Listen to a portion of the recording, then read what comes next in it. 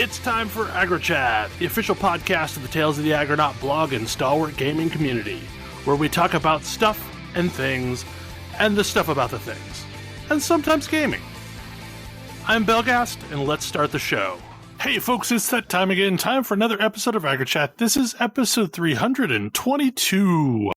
Tonight I'm joined by Ammo. Hello. Ashgar. Is that a special number? No, I don't think so. Grace. Hi. Kotra. It's 8 past 3:14, which I should have remembered is the Commander Keen IQ. Okay. Tam? Hello. Thalen? Every number is special somehow.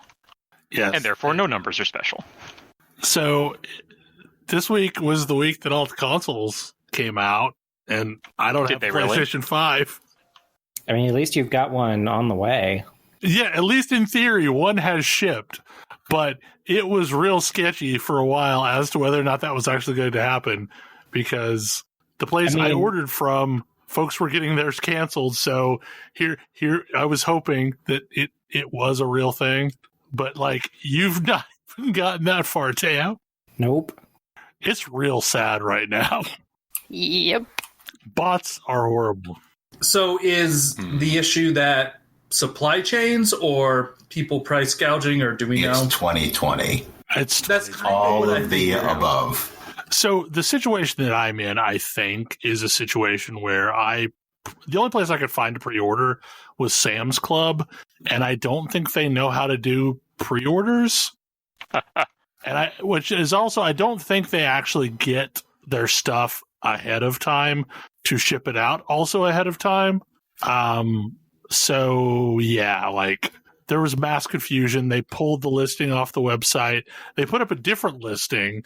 They ended up canceling some people because I guess the number that they thought they were getting from Sony wasn't the number that they actually got. And the same was true with Walmart's pre-orders. But yeah, like, so I think I'm just dealing with the fact that, oh, hey, we don't know how to pre-order. You're getting it next week. Yeah, and like, the widespread shortages are, supply chain worldwide is a complete disaster at the moment, to say the least. And everyone's at home and bored. Right. Everyone wants the thing because maybe it will bring happiness in this world of sorrow. Something has to. I mean, I bought a Sesame Street Lego set for that very reason. That's rad Sesame Street Lego set. It did bring happiness, so... Clearly, I need to start trawling for Sesame Street Legos and not PS5s. It's great.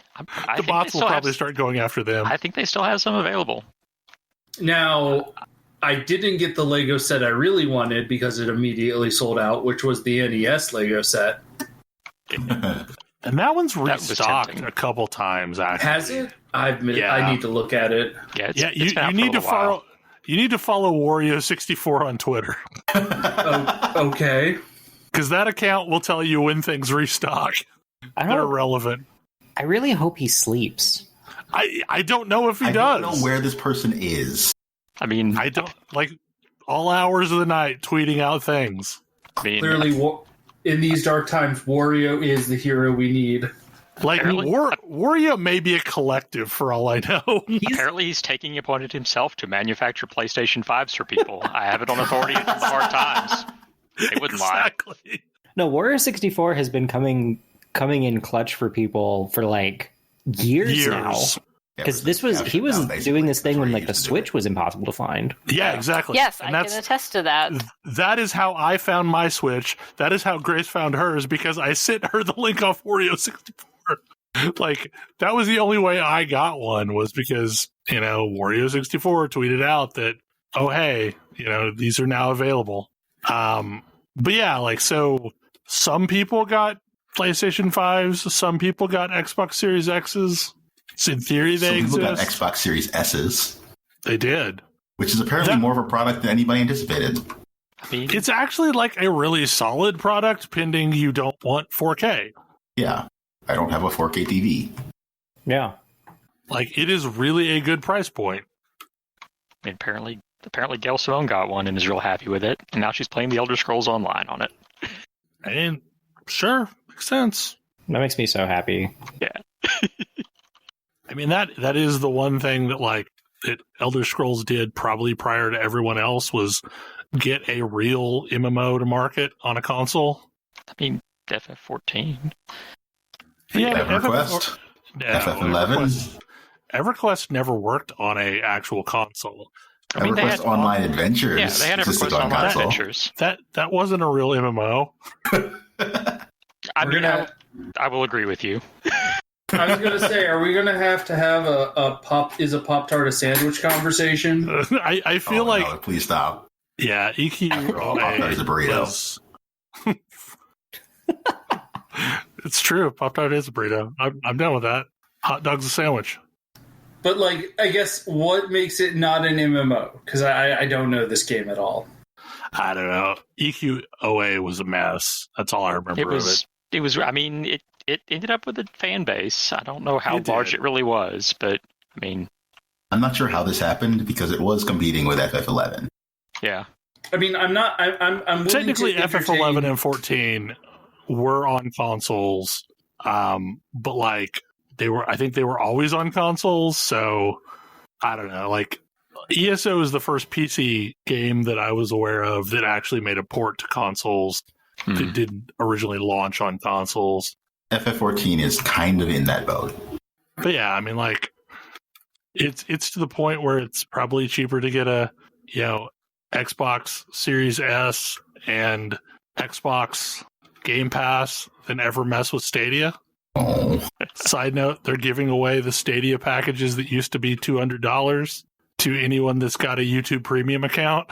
I have one of those. You should get yourself a free Chromecast Why would I Ultra. want one? Well, it's a free Chromecast Ultra and a free, Stadia controller that's actually, from what I hear, a reasonable controller that's USB-C based. I mean, yeah. Okay. There's a use case for Chromecast, so I mean, there's a use case for a controller that can hook up to the Switch. I have a controller that can hook up I to the know Switch. you've got a pro controller. I know it's not exciting to you, but someone must care. Anyway, so instead of getting a PS5 this week, I have spent copious amounts of time playing Destiny Beyond Light, which launched on Tuesday. I have some things to say about it. Like, here's the problem that you're left with Destiny Beyond Light. This is also the expansion where they did the great sunsetting of everything. So in the pre-events leading up to Beyond Light, 4 planets basically got swallowed by darkness, which is a convenient excuse just to turn off 4 planets. Okay. But wait, I thought the darkness wasn't evil. Also, I will never understand the thought process that resulted in this. I don't either. But basically they shut off 4 planets, a large chunk of the raids, hundreds of weapons got sunset, and then an expansion comes out. And the problem is, like, Beyond Light is a really good expansion. But because it happened at the same time all these other things happened, it's like my brain is doing a comparison of, is this worth all the stuff we just lost? mhm.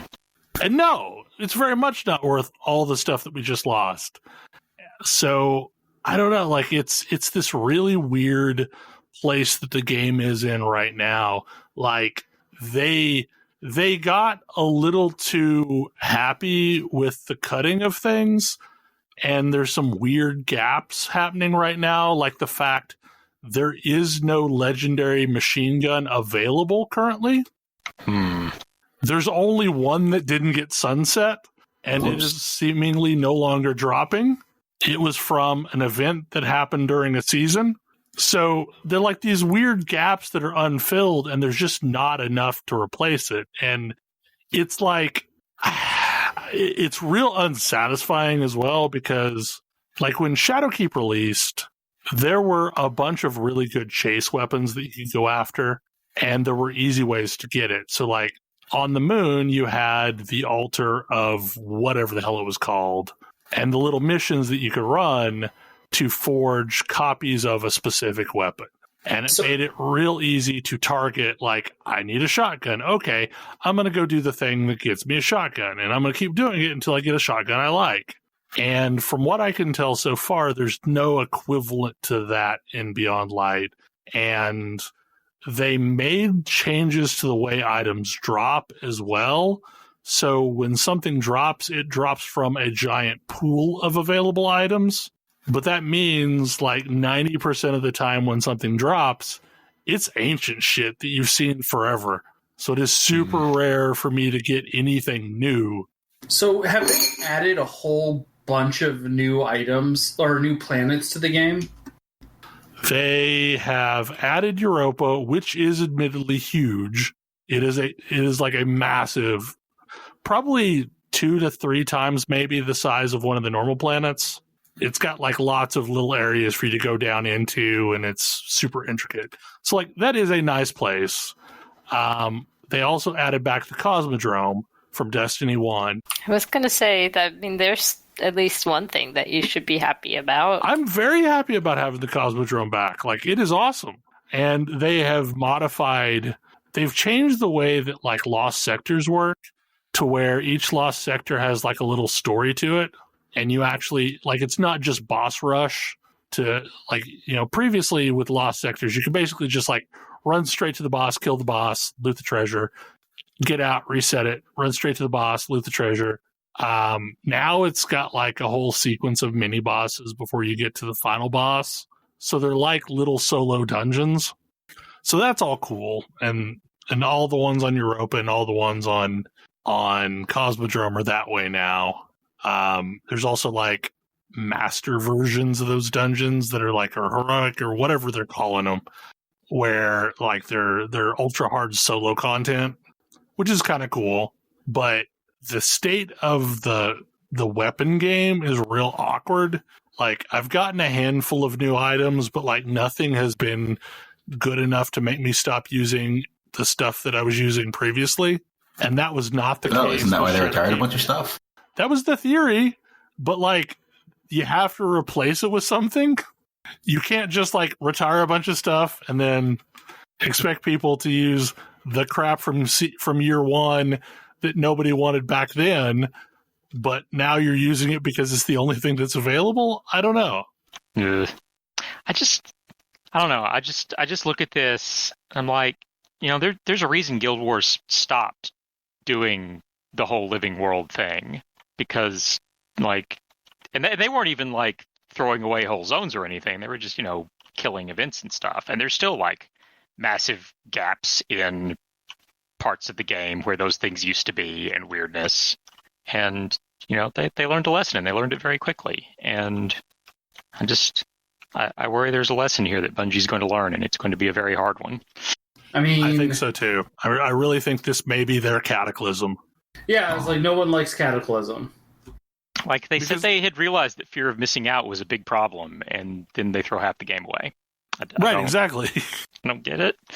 And the problem is like, this is a no-win situation for them. Like, so imagine the team that has worked on this expansion. No amount of effort that they could have done would have been worthy of throwing away 3 years worth of content. Like, there is no way they could have ever stuck that landing. I mean, isn't the solution to not throw out 3 years worth of content? I mean, yes! I feel like that is the solution. However, like I will say it takes some effort to get people into your new stuff and away from the old stuff. But that's effort worth spending without actually just shutting down all the old stuff. Mm-hmm. To use Guild Wars as an example again, there's reason for me to go into both the Season 3 and Season 4 zones, even though zones newer than that exist. But also there's reasons for me to go to the new zones. I mean, there's even reasons to go into Season 2 zones. Like, Silver Waste and Dry Top are still there, and there's still reasons to go there. And that's awesome. Everywhere. But the problem is if you make new stuff and people don't feel like they have reasons to go into it, the answer is not to get rid of the old stuff. Yeah. But you know, figure out what you need to do to make the new zones worth it. And I feel like to some extent, like, Destiny has pushed so hard against, we're not really an MMO. And I haven't seen that change, but it means that they don't seem to want to learn the lessons that MMOs have learned years prior to them. Yep. Well, and what was weird, though, is like they'd already done this to some extent with Curse of Osiris and Warmind. Basically, anything that came out prior to Forsaken was effectively dead in the water. Like, it was not current content. Like, it was missing one trait per weapon. Like, it was functionally like there were a couple items that were so good that it didn't really matter, but that was few and far between. So basically, like, the first 2 expansions worth and like all the early fixed role items were sunset. Like, not intentional, not like purposefully, but just they got designed into obsolescence. But people would still do things like Escalation Protocol just because it was fun. Like, it was just a fun thing to do. Like, you couldn't get any modern tier items off of it, but people still did it just because it was fun. People still do Sorrow's Harbor. Like, and I guess technically it's not completely sunset, but like, it's an activity that people go and do just because it's fun. Like, you could drop in casually, do some rounds, fight some bosses, and it was enjoyable. Like, I don't know what Bungie is going towards, because like removing all this content seems like a horrible idea to me. So is the goal to try and get, like, if your player base starts dwindling, isn't the fear that you just don't have enough players in the right places for like you to have critical mass and make things interesting? So that's not the reason they gave. Don't know if that's I don't know if that's actually the reason, but basically what they said is it was becoming harder and harder to try and balance the game because they had like 300-400 weapons that they were trying to make sure were all balanced. Because, you know, in the previous scenario, you could take an item from year 1 and keep upgrading it and infusing it to current levels. So right. nothing I thought they ever adopted really the standard rotation system just to address that. That was it. And the sunset is part of that as well. Right, but that didn't involve... Right, that doesn't involve killing the content, and I don't know why the killing of the content. Yeah. Right. Like, I've seen the theory that, like, that possibly it was a problem of just the amount of space that the game took up was, you know, too much because it has to be console game. I don't know. I think that was just people trying to come up with reasons that this would make any sense whatsoever. I mean, the install was 150 gig or so. Yeah. Pretty large. I mean, I feel like they basically released Destiny 3 without ever actually releasing Destiny 3. But I also remember feeling the same way when Destiny 2 came out, thinking what we got wasn't necessarily worth what we left behind. Like, that was one of the core problems I had with early Destiny because, you know, Destiny 1 was such a well-tuned game and had all this interesting content to do. And then Destiny 2 just started over, but like seemingly didn't learn from any of the things that they learned when they built Destiny 1 up to that point. And I think there's a reason for that because, you know, essentially the team was cut in half and, you know, there was a group that was maintaining and creating new content for Destiny 1. And then there was another team that was doing any of the Destiny 2 content. But I don't know. It's frustrating. People are frustrated mostly just because of like things like I said with the heavy machine gun. Like there's holes in the itemization, and I kind of compare it to like, you know, a Magic the Gathering set in trying to keep standard to where there's certain types of play available in standard at all times, and like sometimes things accidentally fall out, but for the most part, like they try and keep some of the more common play styles in standard at any given time. Mm-hmm. But like, I don't think any thought was put into, okay, we're taking all this stuff out. Well, what are we replacing it with? And like, I hate to sound that way because the content that got released is really good. It's just it's competing with the fact that a whole bunch of stuff's missing. And like I said, there's no winning proposition that's ever going to make that balance out. Unless they put another 4 planets worth of content and all the itemization associated with those in the game in one swoop. And that wasn't going to happen. Anyway, another thing that happened recently is Genshin Impact updated with a pretty significant update, like a far larger update than I was expecting. Mm-hmm. Yeah, it was very substantial. You can send characters on missions and still use them in your party. I'm actually sending people on expeditions now. It's great. That's pretty huge.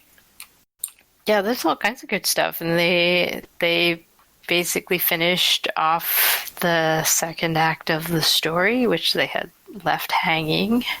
Yep. So that was nice. I do still wonder what's going to happen with that tree. Yeah. I was assuming that was what we were going to end up fighting at the end of that story. I enjoyed it. I know not everybody here has played through it yet, but I definitely enjoyed it, and I appreciate that, like most MMO stories, there was nothing super earth-shattering in the story, but I love that this game lets you acknowledge that as the character in your responses. Yeah. I definitely appreciate the ability to, select the snarky reply that's like, of course it was that guy. So. Yeah, I have not done the new story yet, but I'm very much looking forward to it because I did finish up to that, but I have not had time. I've been playing with all the other new stuff in the game this week, but I did not do that yet. Yeah. And there's plenty of other new stuff. There's a whole city reputation system now. Yeah. That you can use to eventually gain access to recipes to craft like treasure compasses and things. Yeah, I'm very excited about those. I absolutely used the elemental doodad finders to finally find the last couple air ones that I was missing today. Yeah, I had maxed out the statue, but I was still missing one of them, and I just couldn't be bothered to go through and check every possible location, so I absolutely used the doodad to find the last one I was missing. Like, I didn't need it for anything, but it was still out there somewhere, and I just had to have it. So now it can just sit in your inventory. Mm-hmm. Yeah. I had to actually do a lot of farming for materials and stuff because I actually pulled new characters on the new banner, so yay! Mm-hmm. Yeah, there's been a lot of that, and it gets worse the higher your level overall is. Yeah. And I just unlocked world level 6, I think, today, and was a little frustrated that the rate of gain of those materials does not increase very much at that world level. I was kind of hoping for something a little more substantial than that, but that's okay. I still enjoy the core loop, and there's still a bunch of stuff, some side quests and other stuff I haven't worked my way through yet. So I feel like they put in a bunch of reasons to go out and roam around the world again. Yeah. And I really enjoy, as part of the reputation system, they added a series of bounty quests, and they're actually kind of interesting. It's a little bit of tracking down a monster, and that monster has slightly special abilities or resistances, unlike the generic ones out in the world. I don't know. I really like those. I wish I could do them more often than the game lets me. Yeah, more than just 3 a week. Yeah. But yeah, you might actually have to shuffle up your team and try something new to fight one of those. I wish they would at least give you 3 per area and not just 3, period. Mm-hmm. That Ruin Guard, though, the fact that it is 100% invulnerable to melee damage is awful. Better get casters. Just have Barbara murder it. It works great. Yeah, that's what Fischl is for. I still have not gotten Fischl, but I did finally get an archer character that I can use. Yeah. On the 16th, you'll be able to get Fischl. Yep. That's true. That's true. I do. Yeah, I also appreciate the regular events that they're doing that let you get a character from doing whatever. Yeah. Yeah. Like even if it's a duplicate of one I already have, well, that unlocks a constellation, so that's that's fine. Still useful, except for me. I have already gotten more Fischls than I had spots in the constellation, and let me tell you, right now, I know in the future they're planning to fix this, but right now, once you get your constellation full and you get the same character again, it is hugely underwhelming. It kind of made me want to throw my mouse because there's just isn't it just like 10 of the better shop currency? Yeah, you just get a little bit of currency, and it is not remotely worth what literally any other character would have been. Yeah. And I know that they're planning to fix that. That's good. And I'm glad, but right now it feels real bad. But when they give me a free one, then I can't really be mad about that. Yeah. When I pull it on a wish, it's not a good feeling. Yeah. Hopefully they do it retroactively like Dragalia did. Yeah, I'm hoping. Yeah, they've been pretty good about that so far, I think. Because there was something else that they went back and adjusted and applied retroactively.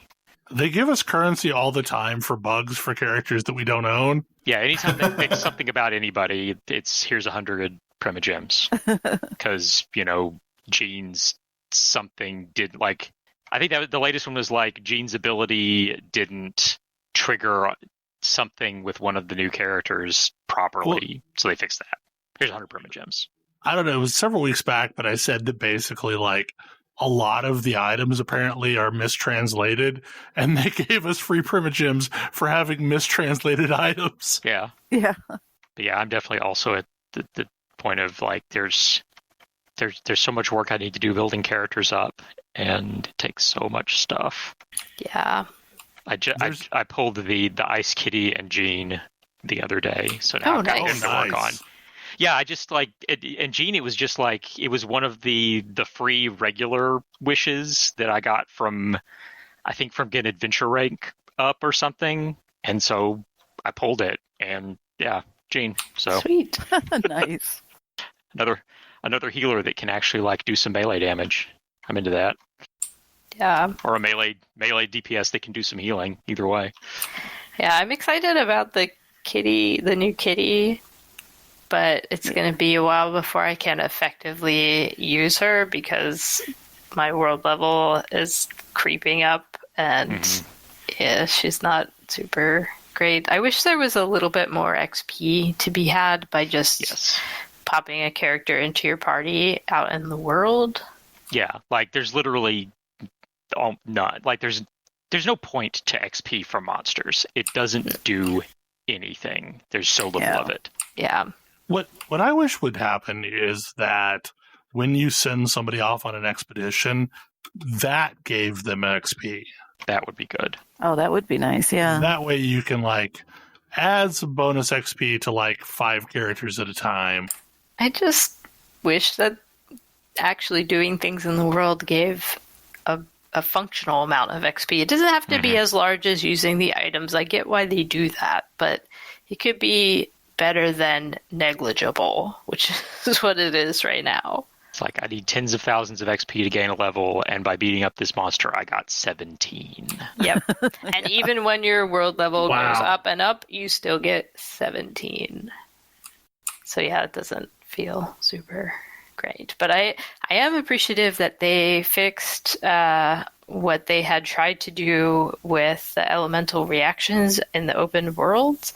Because I don't know about you guys, but I was dying to burning grass for a while.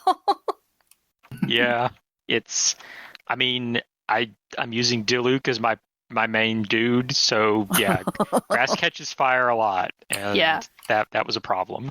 Yeah, I use Klee quite frequently, and she likes to explode things. And now not now, but when the patch came out, the burning grass was killer. But yeah, I like that there's an infusion of new stuff to do. I'm excited that there's a new battle pass up, so there's that stuff to do again. I've enjoyed the story and the extra bits from that, and the reputation system is pretty great. So I am actively, I never stopped actively playing, but I am significantly more invested than I was before the patch. Mm-hmm. Mm-hmm. I'm a little sad. I wasn't thinking about it, and I fought the wolf before the new battle pass went in. Oh no! And you literally can't fight him again after you've beat him up. It's not like the dragon where you can do it. You just won't get any rewards. Right. Like, the sword isn't even there to summon the wolf. Can you get credit from somebody else's world though? Probably. If I can find somebody that hasn't beat him up yet. Yeah, I've not done it this week, so okay. Maybe at some point tomorrow I can grab you and we can see if it works. Worth a shot. I have a bad habit of waiting forever for the wolf, but then doing the dragon instantly, because I can kill the dragon real easy. Yeah, I was like, oh, it's Monday. I'll beat up the 2 bosses and see what 5-star artifacts I get. And that honestly right now is what's gating me harder than anything is the drops off of dragon and wolf. Because once you reach a certain point, every talent upgrade requires a specific drop off the dragon or wolf, and you can only get 1 per week, and you don't get to choose which 1 per week you get. Yeah, starting at talent level 7. I've reached that point on a couple of people. And I have no idea how bad that's going to be once I get characters over 80. Yeah, I don't know, but level 50 is a pretty long way away. I just crested 45, and that was almost entirely due to all the new quests that they put in. Probably would have been a couple weeks away still if it weren't for all that extra adventure XP.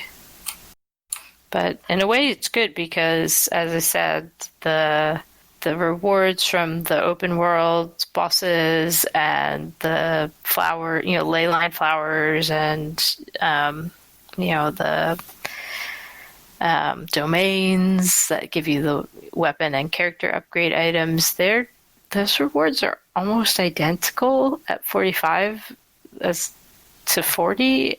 So that's been a little frustrating. But knowing that it's going to take a super long time to get 50, I guess I shouldn't actually be bothered. The condensed resin stuff seems like it's a good idea. I appreciate it. It meant that I could log on this morning, put all my resin into some new condensed resins, and then not have to worry about capping before I could actually play this afternoon. Oh, is this a way to stockpile your... Yeah, you can. Yep. Energy. So they increase the cap on resin to 160. So it takes a little longer to cap out, which I appreciate. And also, you can turn 40 of your resin into a condensed resin.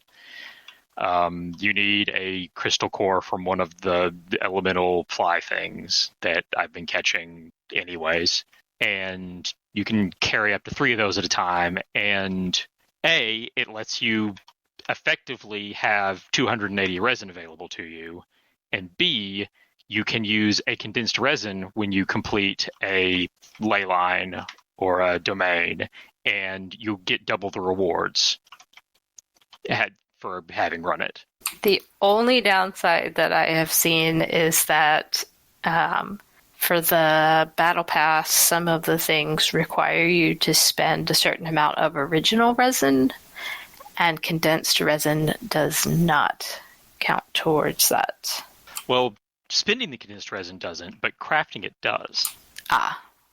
Because I noticed that because I crafted those 3 this morning, and then when I logged in and looked at the battle pass, it already said that I had spent 120. So that's useful. I haven't actually crafted any myself. I've only used the ones that the game gave me, so I didn't know that it worked that way. So that makes me feel a lot better. Yeah. There's really no downside to using them. It also counts if you make the new weapon crystals too that require resin and the mystic shards or whatever. So, I mean, that's only 10, but if you just like have a few odd bits of resin that you need to spend down and don't have time to do it. Yeah. You can now spend resin to make weapon XP items, which is nice. Since there was, those were one of the things that I was running into difficulty like having remotely enough of.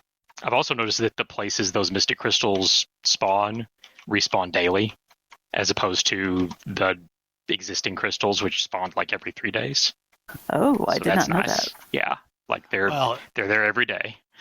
And I don't know, is it rank 1 or rank 2 of the new faction system that you have to be at before you can say, blacksmith, show me my mining nodes? I think rank 2, but if you've been playing, you've done enough quests and exploration to hit that anyway. Yeah. I was able to hit like rank 3 with both of them comfortably without doing anything first. Yeah, I should hit rank 4 with one of them next week. So this next topic's been on here a little while. Games versus hobbies. Yeah, it's a thing that I put on. It's a thing that I put on here because I think I talk about maze games a lot, but it's not really limited to that. It's like trying to arrange my thoughts. But like, it's really important to me to have like some level of creative expression in my fun. And it's one of the reasons why, and there's a bunch of these that have come out, but it's one of the reasons why I'm always a little bit like hesitant to jump into the minis board game structure.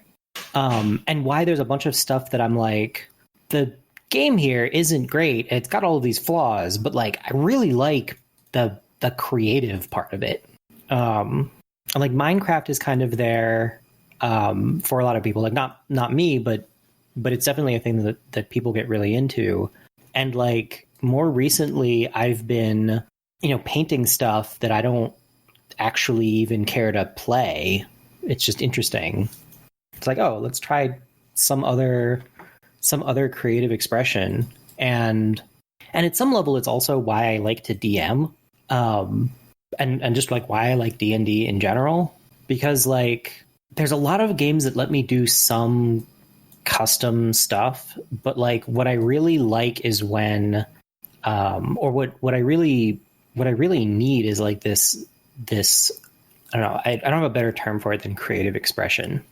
I think I definitely feel you on it. And I, over the last several years, have experienced a journey where I moved away from finding my creative expression in games. So I used to paint minis and play minis games. And then I, had things like the housing system in WildStar where you could be super creative, and it was fairly, freely open to build things. And then had a divergence where now my gaming and my creative expression are pretty separated. And sometimes it's frustrating because then I feel like I never have enough time to do both. I don't always have enough time to play the games that I want and engage in the creative things that I want to do. But it's also nice in some ways because those creative things are always there and I can go in whatever direction I want with them, and I'm not tied to a specific gaming framework. So there's pros and cons. Yeah. Yeah, I think, Grace, you kind of hit on one of the challenges I have, which is just the time aspect. And as I get older, I find my free time getting more and more limited. Like, yeah.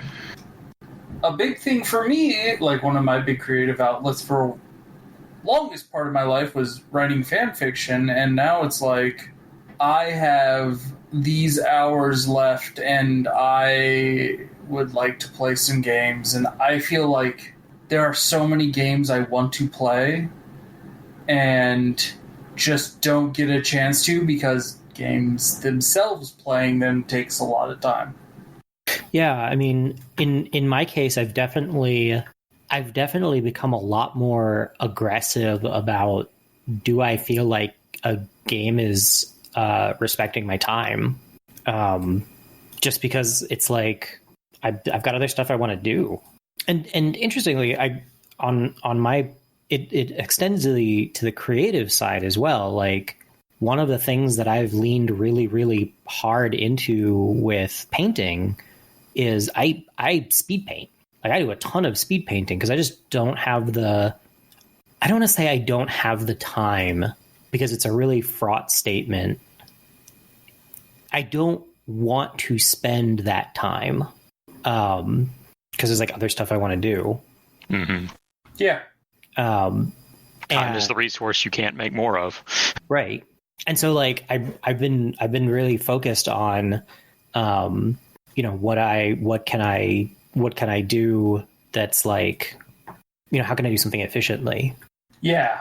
And if I'm going to spend a bunch of time on something, I mean, like, I say all of this, and I spent 4 hours this morning in GarageBand, which I've never used, putting together, like, trying to figure out if I could put together a musical piece for a tabletop game I'm running. But even that, it was like there was a how can I get to this efficiently? It's 3 or 4 hours, but like, if I can get something useful out of this 3 or 4 hours, then this suddenly becomes this thing that I can use in a bunch of different places. I think you're also kind of hitting on a bit of it. Like, one of the challenges that I have with minis games is that I like the game aspect, but I don't actually like.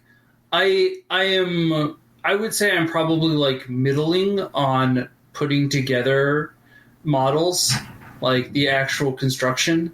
I find that to be pleasant, but still a little finicky. And just when I try and sit down and paint, I get bored or frustrated. Yeah, and it's like, what there's a lot of different ways to like mitigate that or make parts of that easier, but it's also, is that ultimately a form of creative expression that's relevant? And like, right, for me, music never has been. Like, even when I was playing music regularly, it was sort of like a thing that I did, but I was never really that passionate about it, which is probably why I never stuck with it.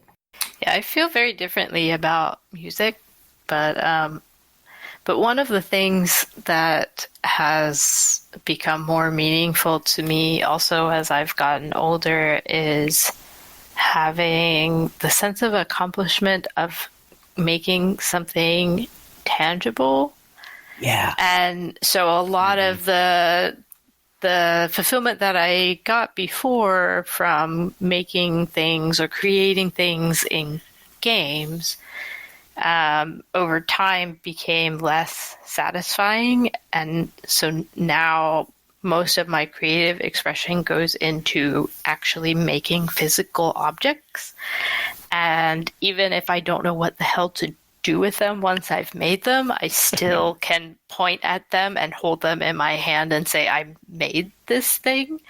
And there's something to be said for that, at least for me.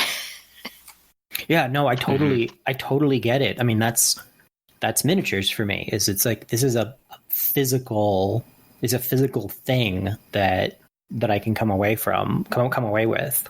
And like, more recently, weirdly, it's been fashion for me as well.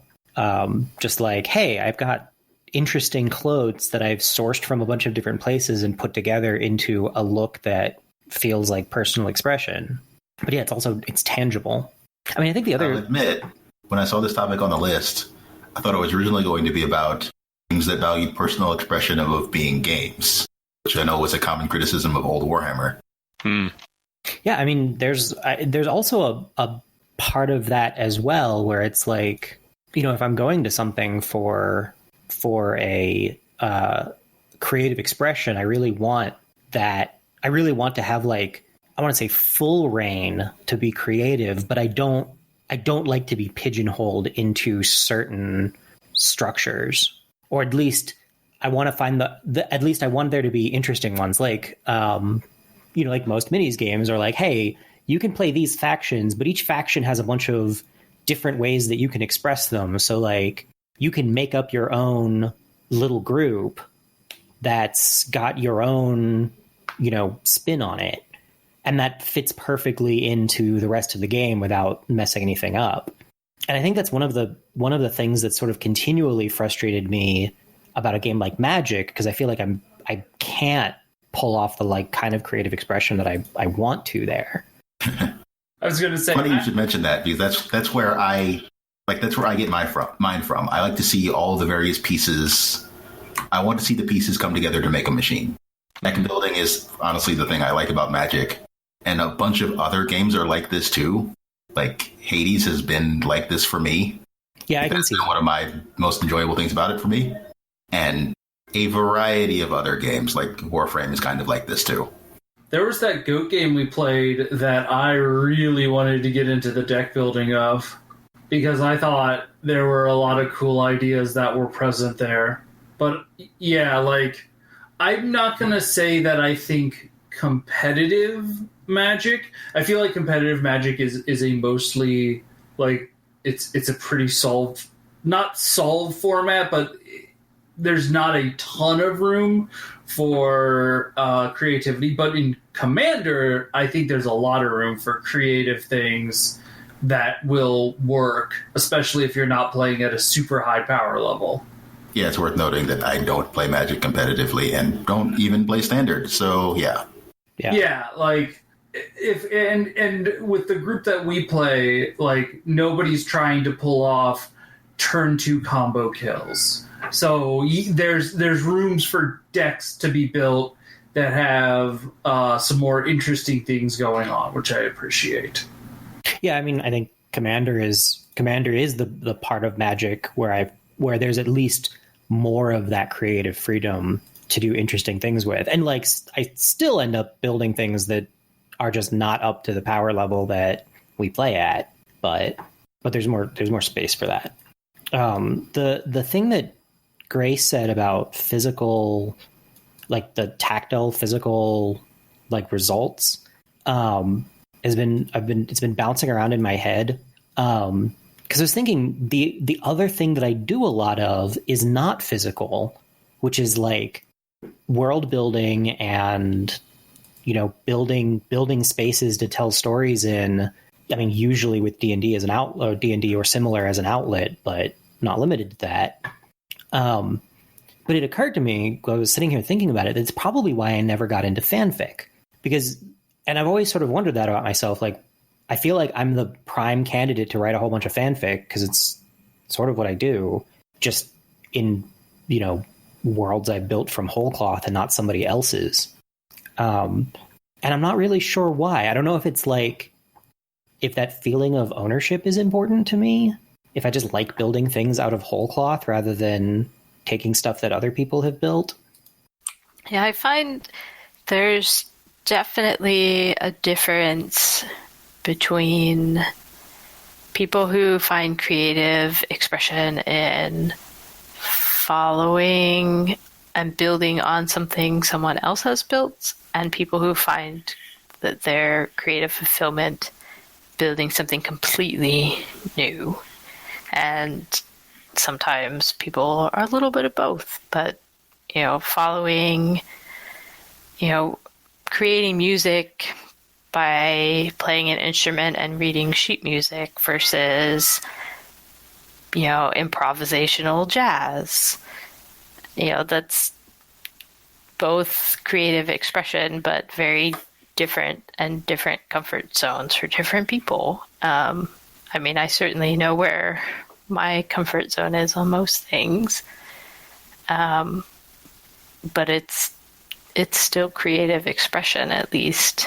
But it's definitely a different line for everyone. I think I know why I never got into fanfic, and this is a personal thing for me, and not like me passing judgment on other people doing it, but like I've contemplated, because I've written a lot of stuff on my own, and I've built like lots of settings and things like that. But the problem that I always end up with, like when I think about, it might be fun to write something for this universe. And the problem I have is like, I don't own that universe. So like, it's not really mine. And therefore, like, I can't actually do anything with the product that I created, if that makes sense. Mm-hmm. Yeah, I can see that. Yeah. Yeah. Yeah, you're kind of trading the like easier access to an audience that like instantly understands versus, complete creative ownership. Right. Because like I guess for me, like it's not that different to write for someone else's stuff than to write for my own stuff. But like in the situation of, writing for someone else, all it will ever do is like sit on AO3. Like it can't really go anywhere if I put that effort in. For me, it's also a little bit the idea of someone, you put that effort in and then the original author puts out something new that completely contradicts what you've written. Mm-hmm. And you don't have any say in that whatsoever. Nope. Right. Yeah, like, I don't know. Yeah, that's definitely a thing that happens, and I guess that's sort of just part of it. Whereas, and I think that it's an interesting quirk of fan fiction in particular, because, if you're a musician and you decide to play a piece slightly differently than the way it's written, people might say, well, that's not the way it's written, but it may still be beautiful and still be appreciated, and people, I don't know, it's not quite as quote unquote wrong. Yeah, I'm looking at the 30 electro swing covers of songs in my playlist. We can call that a cover, and it's generally appreciated. Right. Well, like copyright law is actually on the side of that, because the performance and the music are copyrighted separately. So like you can absolutely like lease the right to someone else's song and then perform it on your own and re-record it and put it on your album. Like that's there is structural ground for that. There isn't structural ground for like, here's this character that I like, and I'm going to build this complicated universe involving this one character that I liked and then do something on my own with it. In the United States. In the United States. It should be emphasized that in some other parts of the world, cough Japan, cough, there is absolutely a structure around this. Oh, is there? Oh, yeah. Oh, yeah.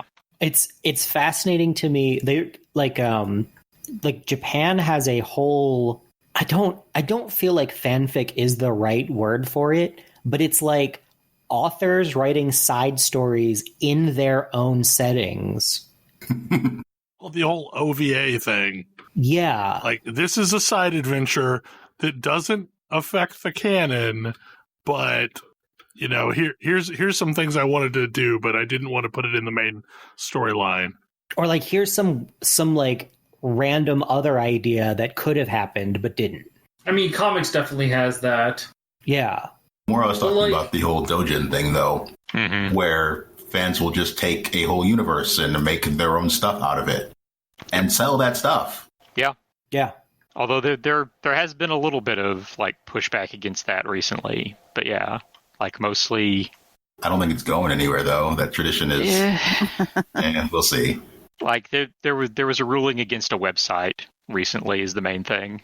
Like they were ordered to pay 2 million yen to a creator, but yeah, because mostly like this stuff, it's it's created as fan works, it's sold in fanzines, it's not widely available, and the feeling has mostly been it doesn't really cause any financial damage. Like, if anything, it increases interest in the legitimate stuff. But that whole it's very ephemeral and not widely available has classically been part of that reasoning, and that's become somewhat less true with the advent of the internet. So I don't know. I was gonna say, like, I know that there's this worry that, I'm writing stuff and then the main author will write something that contradicts my stuff, but like some of the best works are people who are going out of their way to contradict the author. Yeah. Like there's the whole idea of like, I mean, that's why you see so many fanfic communities focusing on like adding queer representation when there wasn't any in the source material, so that because it's like, yeah, this is not what the author intended, but we don't care. We like this, and we think that there should be more queer people in media in general, and so we're gonna do that. Well, I was about to say, I believe there's that one world involving a wizarding school where I think at this point there's a lot of fanfic out there that's better thought of than the original stuff. Yeah, I think that's definitely fair. So I have complicated feelings about that whole thing. 'Cause that's one of the places I used to write fanfic for, and now I'm like, I don't think I'm doing that anymore because I don't need to promote that world anymore. Yeah, that's a whole other conversation about how do we handle creative things we love that turn out to be associated with people who aren't so great. Yep, because I'm pretty sure all of us have experienced that probably more than once. Yes. Yep. I can think of 3 without having to think very hard. I grew up on hard sci-fi. Yep. Same. Yep.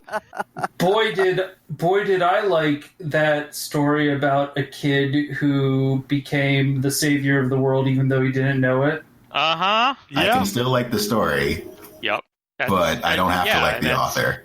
Yeah, and that's and everybody's and different people like have different feelings on that and have to think about like how, to what degree can you separate the work from the author, and like because same here, like I can still appreciate that story while also believing that the author is a terrible person, but I also understand that for some people that's just not something that they can do, like, so, and it may help that I am not within the group that author has been particularly terrible towards, so that probably makes it a little easier for me.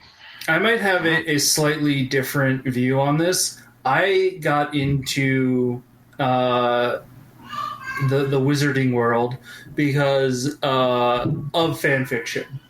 I was really into Naruto at the time, and there was a really good Naruto fan fiction being written by someone, and that was their second story. Their original story was a big epic sprawling Harry Potter story, and so I read that and then was like, well, I better figure out who all of these characters are, and so that's why I ended up reading the books. So like, yeah, it's not. It absolutely is a thing where I am in a case where fan works got me into this other fandom. Mm-hmm. I mean, I think I've talked about how I got into Persona. Like the High Out Daisy cartoon. Making fun of things. Oh yeah, the High Daisy. Yeah. I mean, I'm certainly in the category of people who got into fan fiction because there were the people who were writing the fan fiction were telling stories about queer people in the universes that I loved, and those universes weren't portraying those at the time. Yeah, I mean, my fan fiction worlds for a long time was Star Wars. Just filling, I mean, there was a lot of places where it was like filling in the gaps of things that I wanted to have in that setting that weren't explicitly in the text. Yep. Yeah. Mine was Star Trek, but same deal. Anyway, I think the moral of the story is the more creative expression, the better, and everybody should find the path that works for them. Yes. Mm-hmm. Even if it is a hideous purple and green color scheme? I love it. Honestly, like, I want more games that have as much creative control over how I look as I felt I had in the Secret World. Yeah. Well, I mean, and there's a piece of that. There's a piece of that as well, where a thing that I often feel is like, you know, I do a bunch of stuff with minis games where like I put together these, as I mentioned, like subgroups that have, you know, stories about them and so on and so forth. And it's really validating when other people also do that, or at least appreciate it. And it's one of those things where it's like, I really love it when there's a game like The Secret World, or it's just like Guild Wars 2 is another one with a really, really great, expansive, like visual expression engine.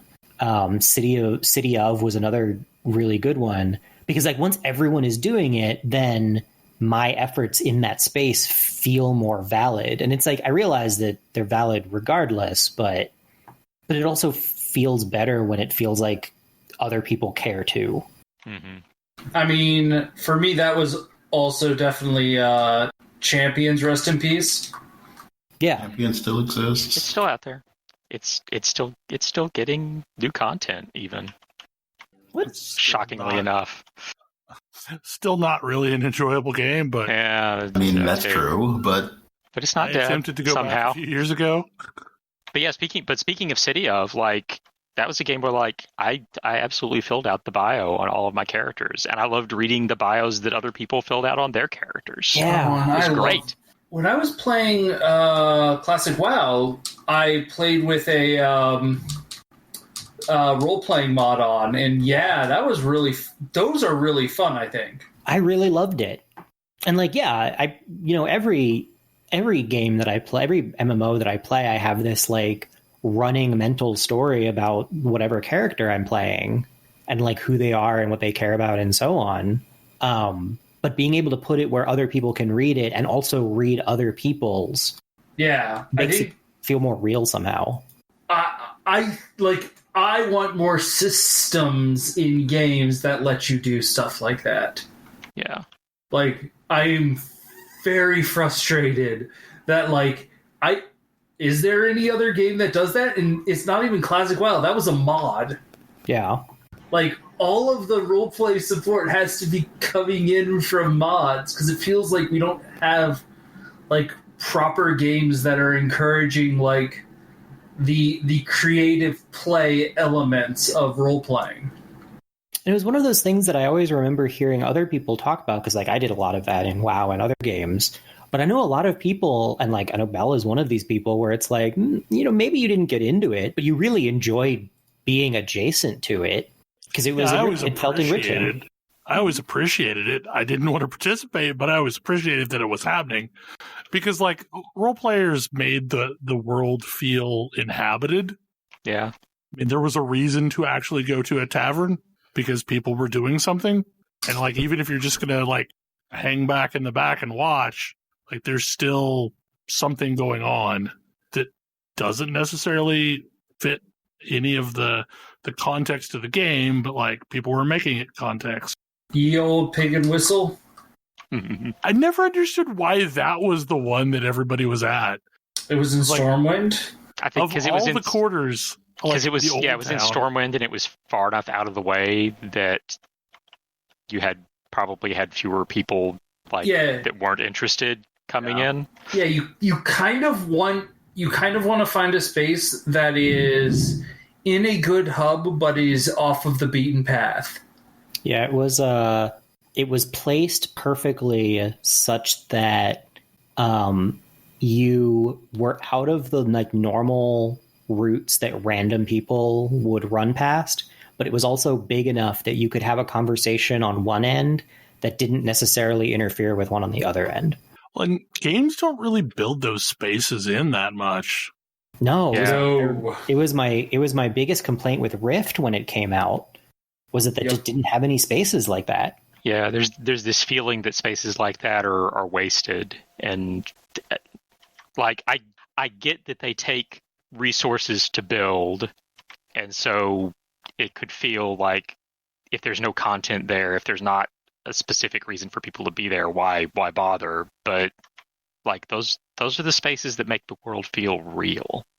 But like, okay, this is the thing that just cracks me up though, is like you'll go into a game like Witcher 3, and there's this elaborate tapestry of NPCs living their life in that game. Like they wander around, they interact with other NPCs, but then you go to an MMO and none of that ever happens. Mm-hmm. Or like very little of that happens. The only interaction that really happens is if they're interacting with the player. But like that's kind of what makes the cities in MMOs feel dead, because they're like, you're the only living thing in there that it's interacting with. Yeah. Like it's weird because it's something that, like, I mean, that was a big deal in the Ultima games when they started having that. They had, a day and night cycle, and NPCs would, travel from place to place within the towns depending on the time and do different things. Like if you showed up at dinner time, they might all be sitting down to eat dinner or whatever. And like even Ultima Online didn't really implement that to anywhere near the same degree. And I can't really think of any MMOs that have. Well, like even Genshin Impact has a couple of situations that happen where like there is a night clerk and a day clerk. Mm-hmm.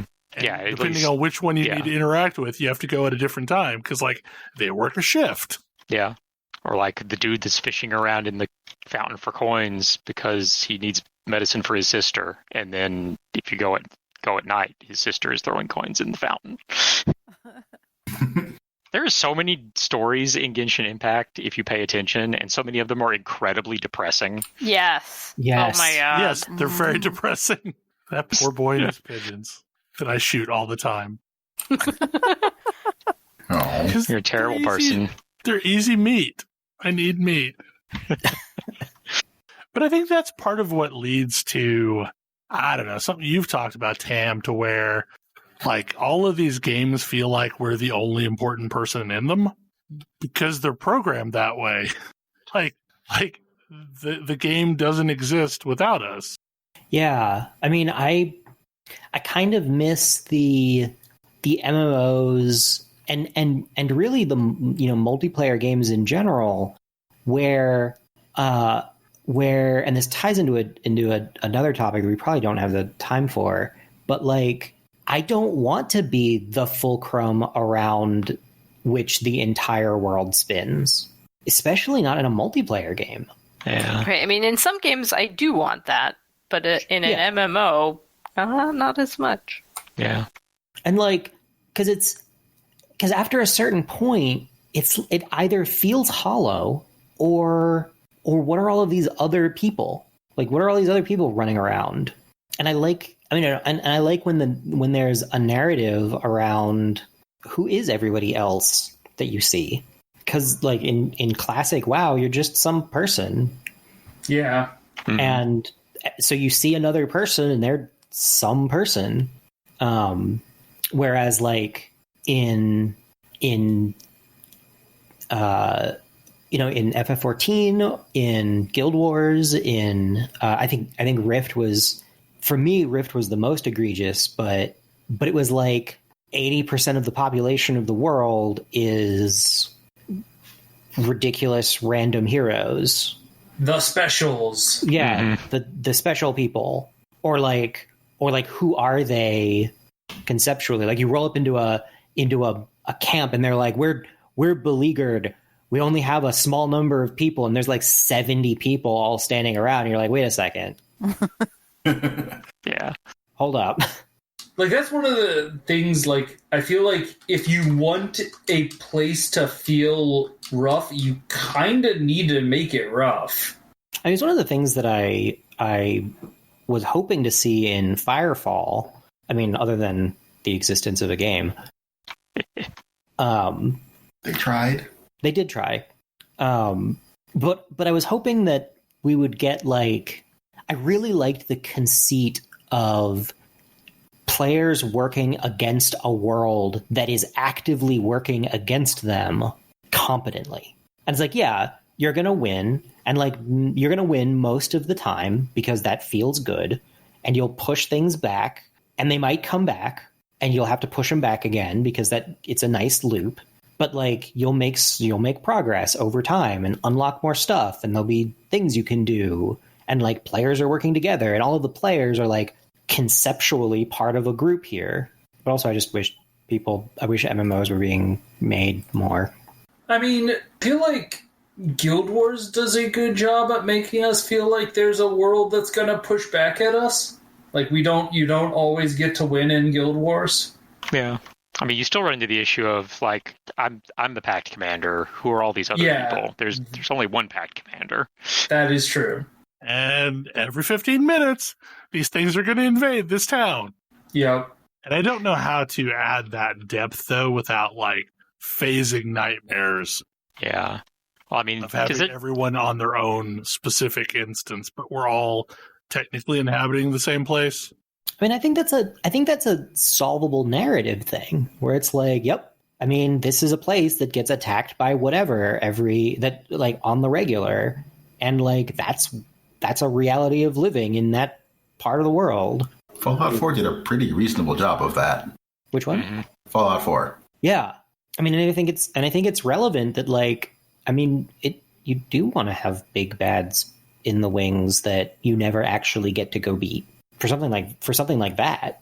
Any other quickies that we want to talk about? Or are we pretty much out of topics for now? Sounds like we're done. Sounds good. I don't think we have time to go through any more. Yeah, I don't think so. Yeah. The rest of these look kind of long. Yeah. Hopefully you enjoyed the show, and we will see you again next week. Good night. Good night. Good night. Good night. See you.